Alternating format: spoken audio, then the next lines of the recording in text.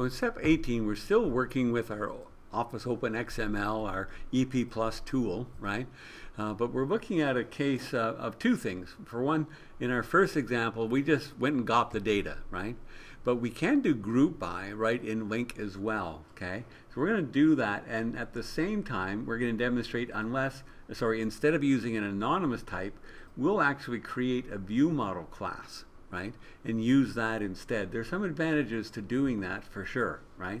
So we're going to follow 18.1. First of all, summary data with LINQ and GroupBy, right? And then we'll dump data into an Excel spreadsheet as well, but it will be expanding upon it and showing you, hey, if we're going to actually have something show up on the UI in our application as well, then that's one reason why a view model is very worth making, right? So let's deal with 18.1 first. So I have the version exactly as we left it off, right? And then coming along with my my copy paste code here as I note, right? So now in step 18, we're going to use a view model class with LINQ, okay? All right. You know, as I said, businesses love summary data, okay? So it's one thing to have the data there in Excel, and yeah, they can do a lot of manipulation with it as well, but you know, a quick report summarizing information, that's what really sells your application to any client that you might come across. So remember, GroupBy, we have things like our aggregate functions, sum, average, min, max, and count, and so on and so forth, right? So we're going to create a model here, a view model, to help us summarize data. Now, we don't have a huge amount of interesting data to work with, so once more I'm going to work with appointments, because at least it gives us some common values, things like some financial, right? At least there's an extra fee in there, and there's dates, and you know, some stuff to actually work with, right? So let me come to my View Models folder. I'm going to right click, we're going to add a new class first of all. A new class. I'm going to call it my Appointment Summary VM for View Model. I'm not the only developer out there in the world that uses VM at the name of a class that indicates a view model, but you know, it's not something that's required. It's just something I'm used to doing. Okay. Now another nice thing about a view model is, okay, we probably need to, okay, or it makes sense that I'm going to be pulling first, middle, and last names for the patients, right? But we can nice and succinctly have summary properties here as well, right? A little easier to get that in place this way, and easier to read our code and maintain it as well, right? So I am going to have an ID to identify the individual one. I have a summary putting the name together. Notice I'm giving a display name of patient there. But I'd like to point out something. The actual names for these properties do not match the database name. You might look at this and scratch your head and say, why on earth are you putting an underscore, right, between first and name, and last and name, and so on and so forth? Number, underscore, of, underscore, point. Well, the reason for that is these are going to be passed to Excel and become column headings. Little tip, when you do that in Excel, the underscores disappear. They won't be seen in the actual Excel document. So it's a nice way to provide you know, a good looking, human readable, so to speak, column heading in the Excel spreadsheet very easily, right? By using these underscores where we want spaces eventually, total extra fees, maximum fee charged, and so on, right? Okay. All right, so that's good. So we have our view model in place. So I'm going to keep using that appointments controller because, hey, why not? We are still talking about appointments here as well. Let me shrink it all down, Control MO. And what I'm going to do is I'm going to add a new task, right, to actually prepare our appointment summary, but it's going to be an action result, right? Yeah. Unlike a strict download thing, right? It's going to be a typical action result set up to use a view, right? So I might put it right here after details. Okay. And look at what else looks familiar. Page size ID. Because I'm going to show this data in a view first, right? And then we'll have the option to download it into Excel if we want to. But I want to show you here is how we can actually, in LINQ, do a GroupBy query, right? So here I'm appointments, including the patient, right? Because we want to have the patient name available. But here I'm defining the GroupBy, right? So I'm grouping by patient ID, the last name, first name, and middle name of the patient. So basically I'm grouping by the patient, right? And then as we do the select, we take our group and we go into our appointment summary view model, right? So that's where from the group we go into the key, okay? So all the properties here that we're in the group by become part of the key. So that's where we get the patient ID, first, middle name, last name, etc. And notice we're assigning those to the properties in our view model, right? Because we're making a new appointment summary view model, right? So that's why you see last underscore name and so on. We have the actual properties of our view model there, right? So the number of appointments, well, that's the group dot count, okay? So the total extra fees, group dot sum, okay, of the extra fee, right? Group dot max of the extra fee, right? And that gets us all our values because we defined the group itself, right? So any properties that are used to define the group are available from the key of the group. The other ones we can apply our aggregate functions to. Now I could have included more, like I didn't bother doing min, but obviously we work the same as max and averages and so on, right? This is enough to give you the clear idea. And I can add an order by as well, order by last name and then first name, so the data will be alphabetically in order, right? We're not going to worry about resorting it, we'll just put it in some sorted order. But here's our familiar code, right? We're going to take advantage of all the good work we did early on preparing things like our page size helper and everything else so that we'll get page data, okay, to show in our view. Just at this time, the data is a nice manipulation using a GroupBy Query based on our data, right? So I have to make a view to go along with this. And that's another thing that's great with one caveat, but it's great about using a view model, right? Is it makes it easy for me to actually have the system do much of the work to prepare the view for me. So I can right click on the actual action result and just say add view like we normally do in MVC, right? Comes up, I want a razor view, right? And I don't want it empty, I want it to do the work of scaffolding it as if it's a list, like a normal index is a list, right? The model class, well, that is my view model, my appointment summary view model, okay? And it won't be a partial view, I'll use the layout page, and there we go. All right, so the one warning I'm going to give you about this particular view, right? Now it's going to make it in the appointment folder, clearly, right? Because we're working in the appointment controller. But when you do this, when you use a view model to generate a view, part of the scaffolding process as it scaffolds the actual view itself is it looks at this model. Hey, your view model, it doesn't know that it's not a DbSet, right? So it's going to look in your DB context and create. It will create an actual DbSet based on your view model. We don't want that, right?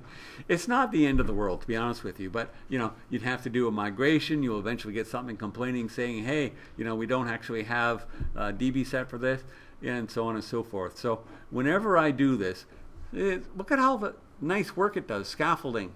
I have to do some refining on this. I want to fix it up a little bit, but it did a lot of the grunt work of creating the view for me.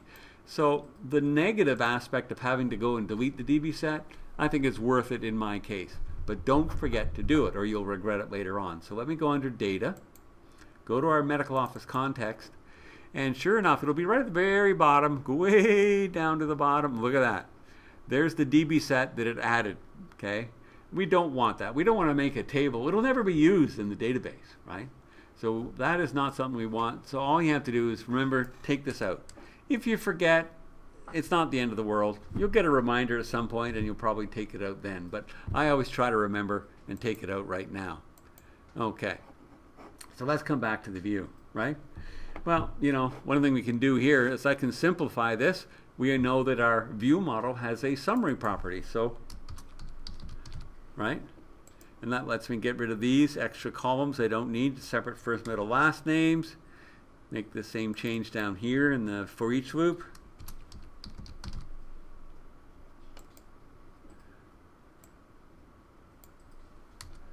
Okay, what else? And of course, I'm not going to edit. This is read-only data, right? So I don't need the column here, the last column with my action links for edit, details, delete, because that's not applicable. take out the heading for it as well, the empty th tags, right? There we go. And of course, the last thing is we have the code in the controller ready to handle our paging, right? So I'm going to, well, maybe I can leave that. Title, that's okay.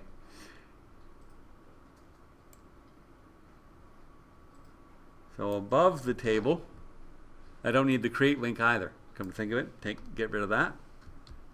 So I'll just throw in my own heading here, appointment summary report. I'll start a form so we can have our paging. Okay, controller's appointment, action is appointment summary, right? And then of course after the table, the same kind of tag we've done before, I'll have my partial for my paging navbar and my little bit of JavaScript there, right? So I can just go Control Craft Inner, Control KD, fix the indentation, and away we go. So that's good. I'm happy with that. That should take care of getting the report up on the screen. Now, where do I want to put a link to get this report? Why not just go back to the layout again, right? I'll come to my layout. I'm just going to add another link here to my drop-down menu. Okay, this one will call the appointment controller my appointment summary. Okay, my appointment summary. I can even, maybe I should add the word report there. Let's run that and see what it looks like in the view.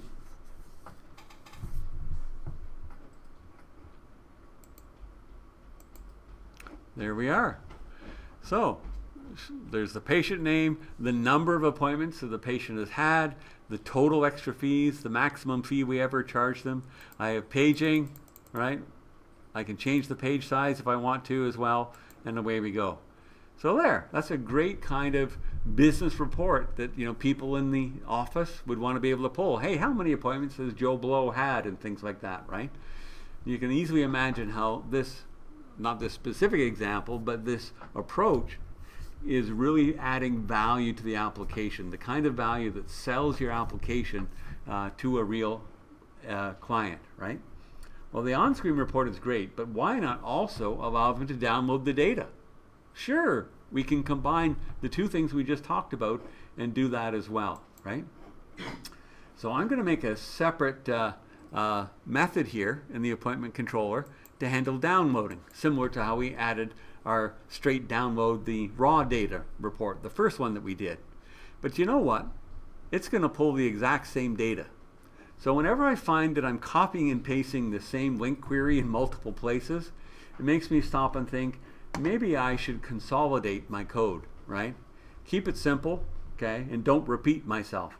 So instead, I'm going to make a little private method just to return this summarized data with my GroupBy query, right?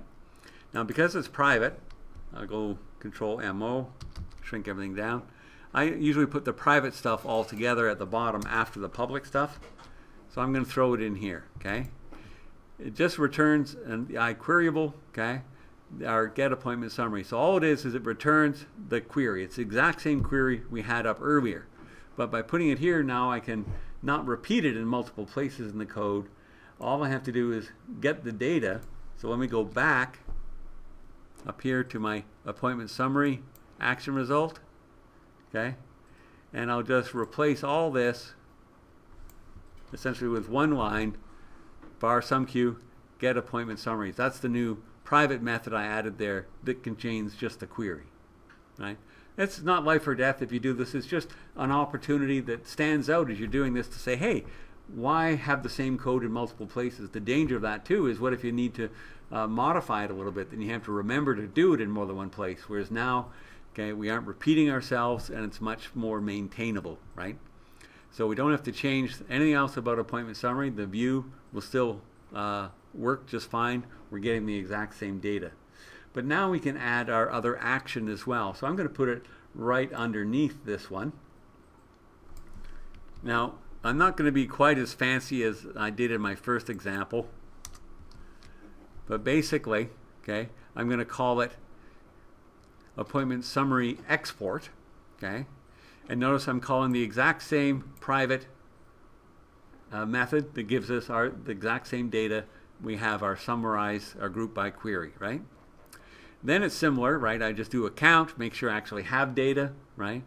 Prepare my Excel package, okay? And I'm not being fancy at all. You could improve on this. It was just for getting a quick demo up. It's going to have appointment summary as the name for the worksheet itself. I'm just going right to the top left corner, 1-1, load from collection, right? And then I'll do an auto fit columns just so that they all fit, and then just download it. So I'm not doing any real work manipulating anything. I didn't format anything, make anything bold. I mean, you could improve on the look of this, but it's going to get the data downloaded, and away you go. Okay, so finally, what I thought we would do is add a link right on the view. Okay, so let's go back to my view itself, and I'm just going to stick the link up here near the top, maybe right under the heading and before the form. Okay, maybe I'll space this out just for readability. Oop, right now. Okay, so ASP action appointment summary export. Okay, so notice I have float end, which isn't, you know, it's a shortcut to getting it to the right hand of the screen. Kind of an older approach now, but it's still working. So, and it'll just say export to Excel on the button itself. And let me just run this, and we'll see that work, hopefully. So I bring up my appointment summary report. There it is. Great. I can look. I can walk through the data, have a look at it. Oh, look at that. Export to Excel. Click that button, and there it is. So I can open up the Excel spreadsheet. Now, as I said, it's pretty, not very pretty formatted, but here's our column headings, and I've dumped all the data in, so I even see the IDs here, but that's okay. My summary, first, middle, last name, yeah, I could have maybe trimmed it down a little bit, but I've just basically dumped it all in, right? And there's all the information on how many and what the maximum fee charged was and the total fees and so on and so forth. All right, so there. We combined GroupBy with both showing it in a view and exporting it into Excel. And that's the end of 18.1, but we also have 18.2. Okay, when we come back here, right? Different from the last example, okay, what we're going to do is grouping by a property. See, we group by the parent there, right? Made it simple, okay? We're going to do an example where we're grouping by the child, okay? We're going to work with patients and appointments again. What I'm going to do is show summary data about appointments broken down by reason, right? So the reason is a parent in relation to the appointment, right? So it's a little different from the last example. Okay, we're grouping by the child in the relationship, and so we're going to follow along as we add yet another group by here. Maybe I'll stop and start the recording just to break it up.